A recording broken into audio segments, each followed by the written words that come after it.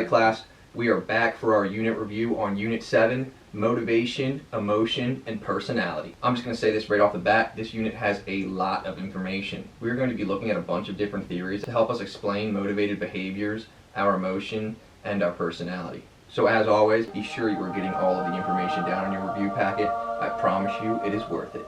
The outline for our Unit 7 review will be simple. We're going to start off by taking a look at motivation. We're going to take a look at why you do what you do. We are also going to get into some of the theories that attempt to explain goal-oriented behavior. After that, we're going to get into emotion. We're going to take a look at what exactly emotions are and why they occur, and we're also going to look at several theories that help explain why we experience emotions. And our last topic of discussion will be personality. We're going to see what exactly it is that makes you, you.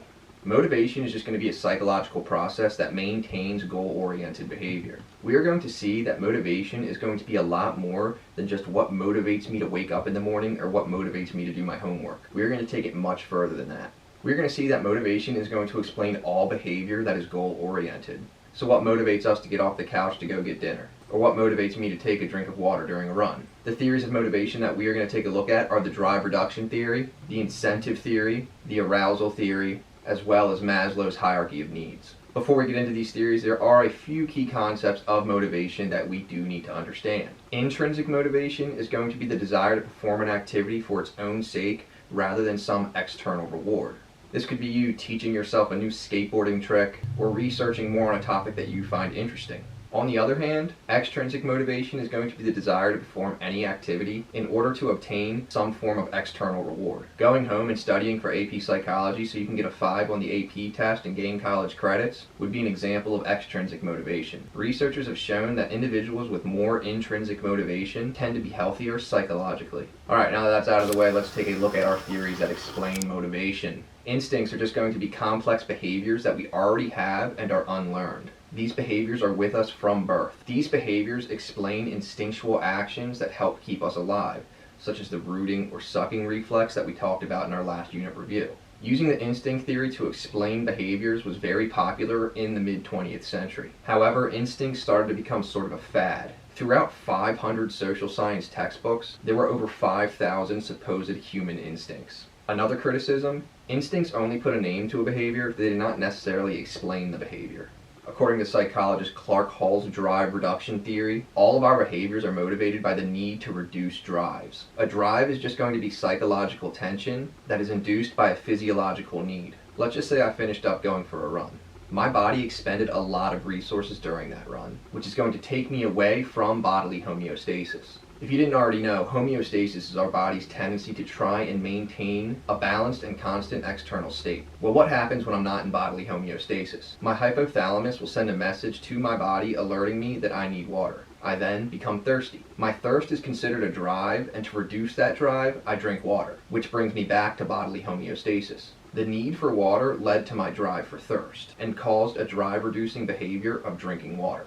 Not only are we pushed by our need to reduce the drives we experience, we are also going to be pulled by incentives. Incentives are just going to be positive or negative environmental stimuli that motivates behavior. While drives are inborn, incentives are going to be based off of learned actions. Incentives are generally linked to secondary reinforcers, such as money. When asked why he was going to climb Mount Everest, British mountaineer George Mallory simply stated, "Because it is there." Unfortunately for Mallory, him and his climbing partner died 800 feet from the summit of Mount Everest during their expedition in the 1920s. It is unknown whether or not Mallory made it to the summit, but what exactly motivated such dangerous behavior? Why risk one's life to climb up a mountain or to jump out of a plane or to drive cars at very, very fast speeds? Even when our biological needs are met, we as humans still feel driven to experience stimulation. Everyone is going to have a different level of optimal arousal. When we are below our level of optimal arousal, we become bored and look for ways to increase it. When we are above it, we experience stress and try and tone down whatever may be causing this arousal to occur in order to decrease it. The arousal theory states that people are motivated to perform actions in order to maintain an optimal level of physiological arousal. The Yerkes-Dodson law says that we have a peak level of arousal where we are at optimal performance. But only to a certain point. Too much arousal leads to a decrease in performance. And for our last theory of motivation, we are going to take a look at Abraham Maslow's hierarchy of needs. On the board, you see our hierarchy of needs. According to Maslow, all of our needs at the bottom of the pyramid must be met before making our way up to the top of the pyramid. So in order to build a loving relationship, we need to have some sense of safety in our environment. For us to feel safe, we need to have our physical needs met.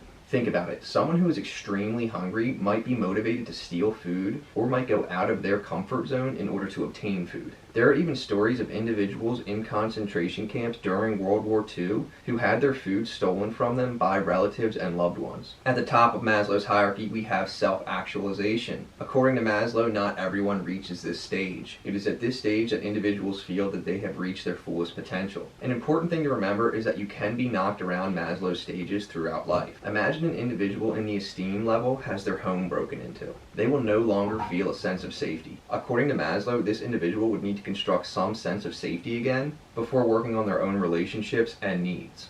Motivation also plays a role in our eating habits. Before we get into how, there are a few terms we have to understand.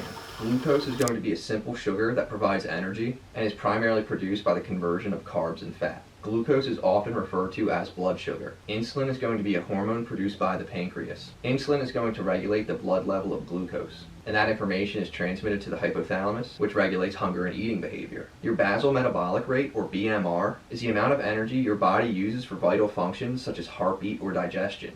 Knowing about your BMR is important in regards to maintaining proper energy homeostasis. Energy homeostasis refers to the long-term matching of food intake to energy expenditure. Maintaining a healthy energy homeostasis helps us with maintaining a healthy weight. Discovered in 1999 by Japanese researcher Masayasu Kojima, the hunger hormone, or ghrelin, is going to be a hormone manufactured by the stomach that stimulates our appetite. When rats' brains were stimulated to produce more ghrelin, their appetites increased, leading to them gaining an excessive amount of weight. So in conclusion, the hypothalamus is going to tell our body we are hungry by taking in information from our insulin levels. Our pituitary gland then signals the stomach to produce more ghrelin, stimulating our appetites. We get hungry and feel motivated to get rid of this drive for hunger, so we decide to eat. Now on to emotions. Emotions can be defined as a complex psychological state that involves a subjective experience, a physiological response, and a behavioral or expressive response. Today, psychologists are much more interested in the working of our emotions than they were in previous years. Psychologists have found that individuals who have had areas of their brain responsible for emotion damaged display very risky decision-making behavior. Psychologists also have noted that those who tend to score low on emotional intelligence tests may have superior intellectual and reasoning skills, but may experience failure in life due to their inability to control or comprehend their own and others' emotions. Emotional intelligence refers to your capacity to understand and manage your own emotional experiences and to perceive, comprehend, and respond appropriately to the emotional responses of others.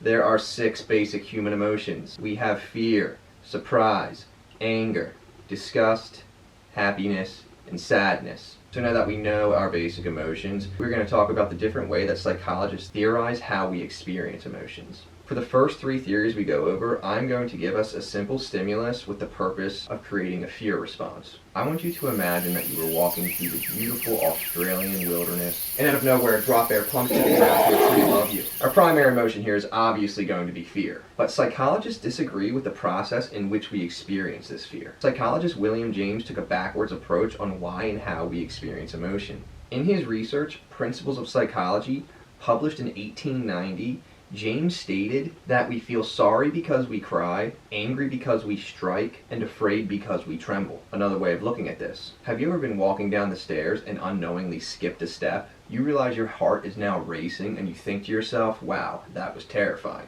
Looking at our original stimulus, according to the James Lange theory, we would look up and see our stimulus of the drop bear. We would then experience some form of physiological arousal. In this case, we will go with an increased heart rate. And finally, we experience our emotion of fear. Again, James is stating that we are experiencing this emotion as a result of the physiological arousal that is occurring in our bodies. Psychologist Walter Cannon was not a big fan of the James Lange theory and proposed a theory of his own. Cannon's major argument against the James Lange theory was that our body responses were not distinct enough to evoke different emotions. For instance, an increased heart rate can be common in the expression of several different emotions. Cannon is going to team up with psychologist Philip Bard to propose the Cannon-Bard theory. The Cannon-Bard theory simply states that we experience our emotion and physiological arousal at the same time.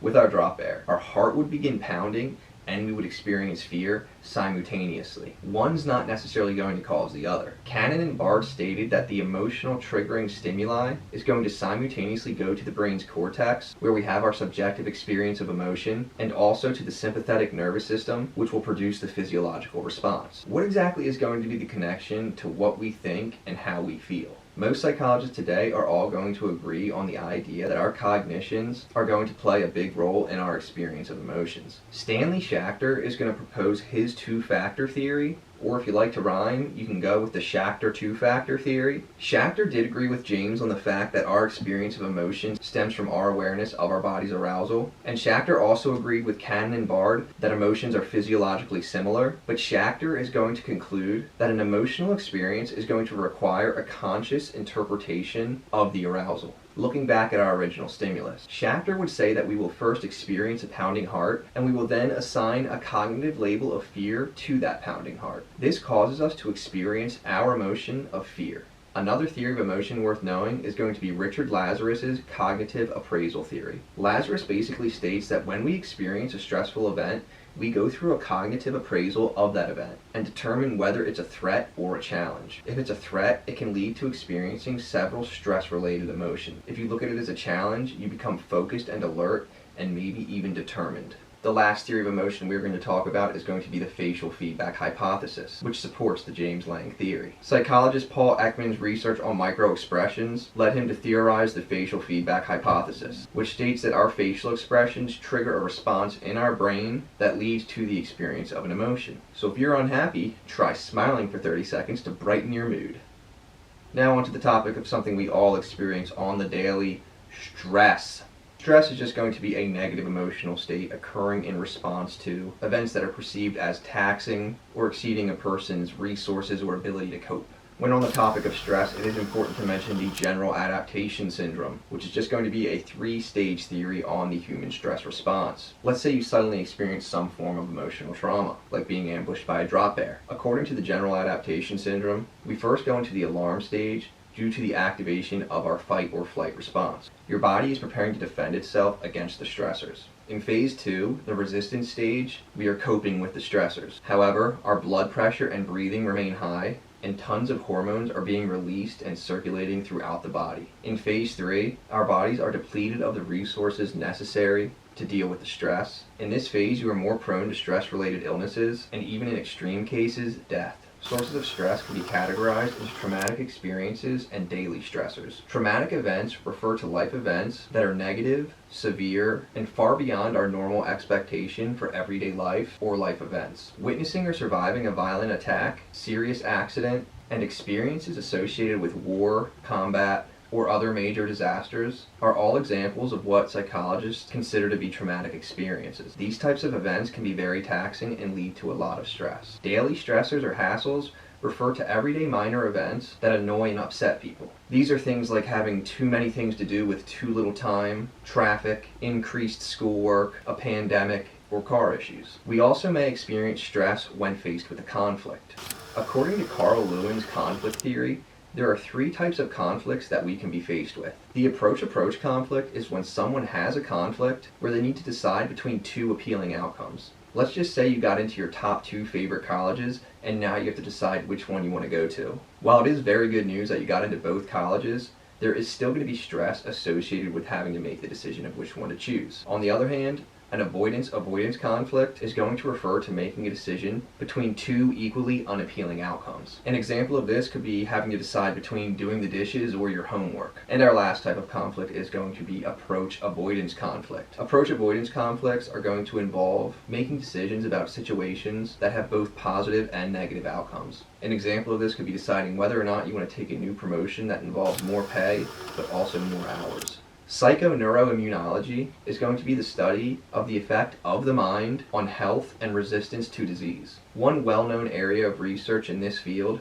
has been behavior patterns between those characterized with a type A personality versus a type B personality. Type A behavior patterns are characterized with those with a sense of time urgency, hostility, and competitiveness, while type B behavior patterns are characterized by more laid-back and relaxed individuals. High hostility levels found in individuals with type A personalities can lead to several stress-related health issues, such as higher susceptibility to infection, headaches, hypertension, increased risk for coronary heart disease, as well as reduced immune system functioning. With all the stress that we experience every day, how exactly do we keep on pushing through? Coping is going to refer to our ability to change circumstances or our interpretation of circumstances. Psychologist Richard Lazarus describes two basic types of coping. Problem-focused coping refers to coping efforts primarily aimed at directly changing or managing a threatening or harmful stressor. Let's say it's really hot in your house and you can't focus on getting your work done because of it and it's stressing you out. You decide to go to the thermostat and turn it down a few degrees to make yourself a little more comfortable. That would be you using a problem-focused coping strategy.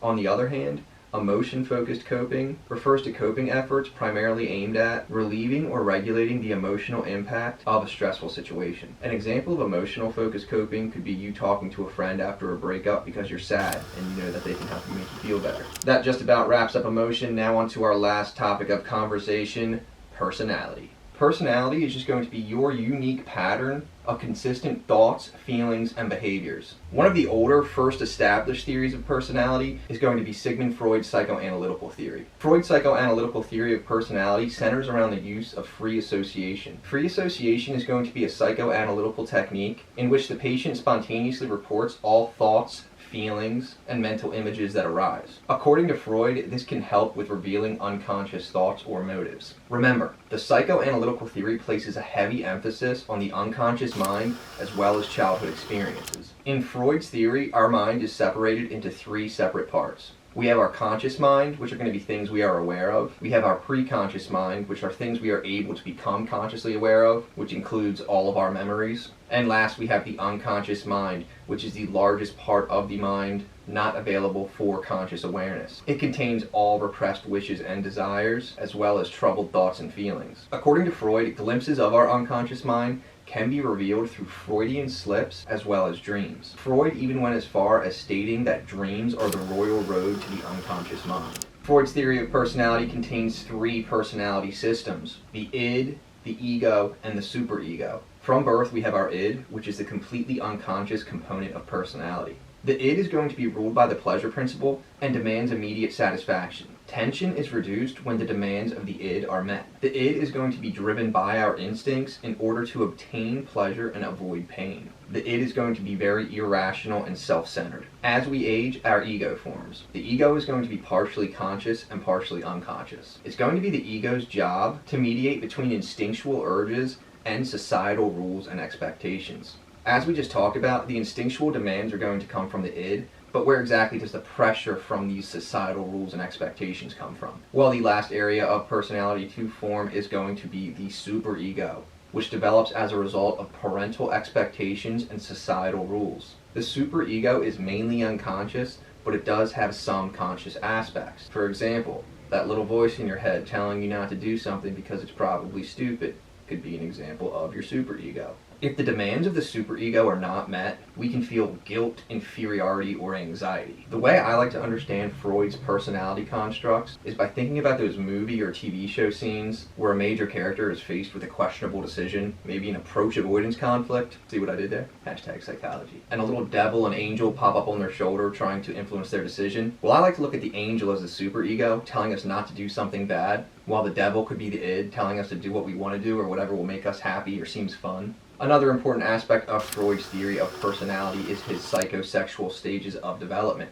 I hope you're ready because things are going to get a little interesting here. According to Freud, at each psychosexual stage, the infant or young child is faced with a developmental conflict that must be successfully resolved in order to gain the positive characteristics of that stage. Failing to meet the needs of the stage can also lead to unresolved conflicts or fixations. A fixation is just going to be a persistent focus of the id's pleasure-seeking energies at an earlier stage of psychosexual development. One interesting occurrence, according to Freud, taking place during the phallic stage is the Oedipus complex. Oedipus was just a Greek tragedy where the king and queen of the Greek city-state Thebes went to a prophet who told them that they were going to have a son who was going to kill the king and marry the queen. For obvious reasons, the king was not down with this, so he had baby Oedipus's hands and feet tied together and left on a mountainside. A farmer found Oedipus and brought him to another city-state, Corinth, where the king and queen would adopt Oedipus and raise him as their own. Well, when Oedipus was all grown up, a prophet told him he was going to kill his dad and marry his mom. Not being down with this, and thinking that his adopted parents were his real parents, Oedipus fled Corinth in a heartbeat. Oedipus came upon a crossroad where another individual was at. The modern-day equivalent to arriving at a four-way stop sign at the same time as another car and not knowing who gets to go first. So both wanting to go first and both being very hot-headed, a fight broke out where Oedipus eventually killed the other guy. What Oedipus did not realize is that he just killed a king. The king of Thebes.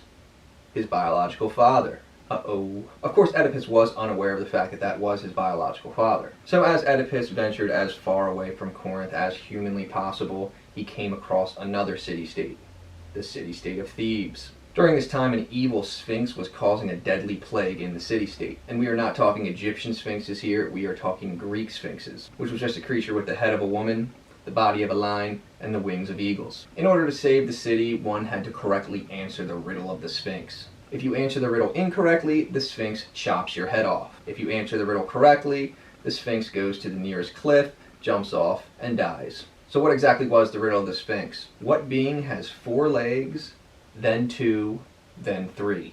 Oedipus correctly answered man. As we crawl on 4s as we are babies, walk on 2 legs as we grow up, and when we are old and use a cane, we walk on 3s. The Sphinx then jumped off a cliff to her death. The city-state of Thebes was so grateful, they made Oedipus their king. Seeing as how the position was recently left vacant, it was the perfect reward. Except the fact that to become king, Oedipus just married his mom. The story does go on from there, and it does get worse, unfortunately, but we're just going to leave it at that. Freud states that the Oedipus complex is when there is an unconscious attraction to the parent of the opposite sex, while hostility towards the parent of the same sex, who is viewed as the rival. Strange stuff, but appropriately named. A defense mechanism is just going to be an unconscious distortion of thoughts or perceptions that act to reduce anxiety. Repression is going to be the complete exclusion from consciousness of anxiety-producing thoughts. Regression is going to be when an individual retreats to a behavior pattern characteristic of an earlier stage of development. Reaction formation is when repressed wishes or feelings are expressed consciously in an opposite way. Projection is when we attribute our own unacceptable urges or qualities on others. Rationalization is when we justify our actions or feelings with socially acceptable explanations. Displacement is redirecting emotional impulses towards a substitute person or object, usually one that is less threatening. And sublimation refers to a form of displacement in which sexual urges are rechanneled into productive non-sexual activities. While Freud did have several far-fetched theories, his overall premise of psychoanalysis did intrigue several psychologists. The Neo-Freudians were psychologists who believed in the importance of the unconscious mind as well as early childhood experiences in personality development.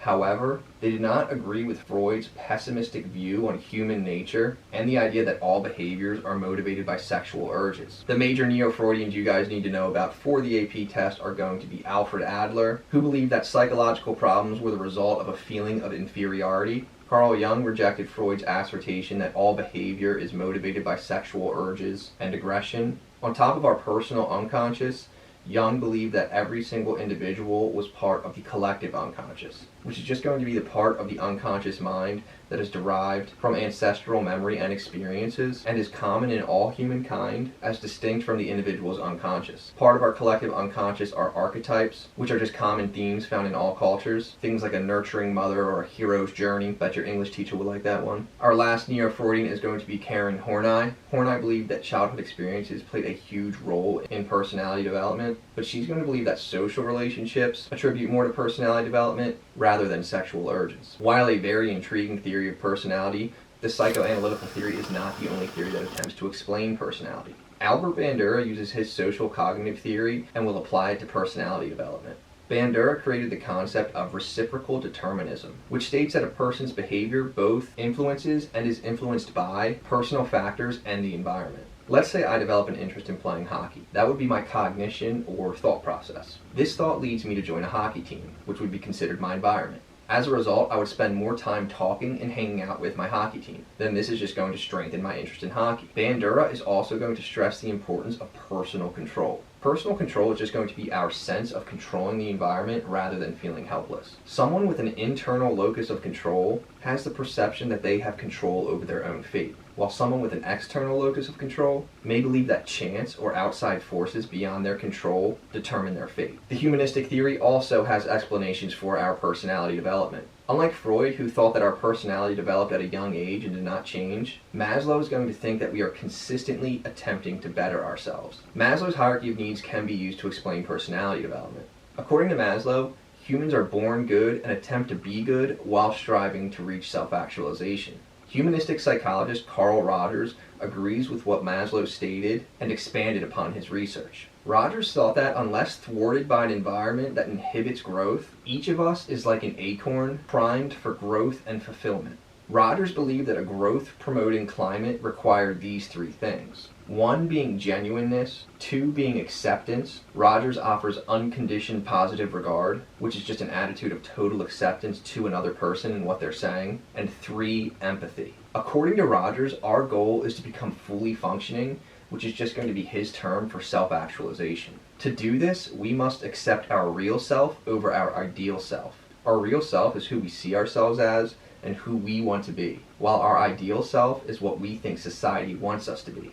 And the last major theory of personality we are going to take a look at is going to be the Costa and McCrae Big Five trait theory. A trait is a relatively stable, enduring predisposition to consistently behave in a certain way. The Big Five test measures, you guessed it, 5 major trait dimensions. Emotional stability refers to neuroticism. Is someone calm or anxious, secure or insecure?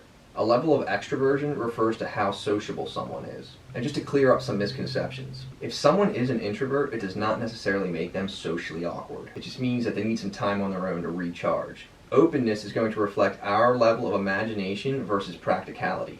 Agreeableness has to do with how soft-hearted or ruthless we are. It also reflects whether or not we are generally more trusting or suspicious of others. And our last trait is going to be conscientiousness, which just refers to how organized we are, as well as carefulness versus carelessness. We just talked a lot about personality theories, so now we're going to take a look at how personality is assessed. There are 2 major assessment techniques used to measure personality. We have projective tests and objective tests, which are also referred to as self-report inventories. A projective test is going to be when the tester reveals an ambiguous stimuli to an individual and the individual reports what they see. Projective tests are going to be very subjective, but they do give us a lot of information about personality. An example of a projective test would be Hermann Rorschach's ink blot test. And yes, this is a picture of Swiss psychologist Hermann Rorschach in the early 1900s, not Brad Pitt.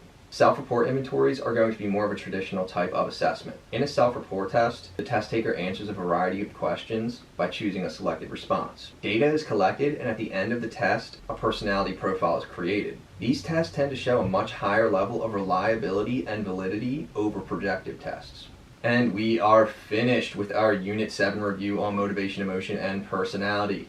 As always, make sure you get all that information down in your review packet and test what you have learned on the review section. I will see you guys next time for our review on abnormal psych. Peace.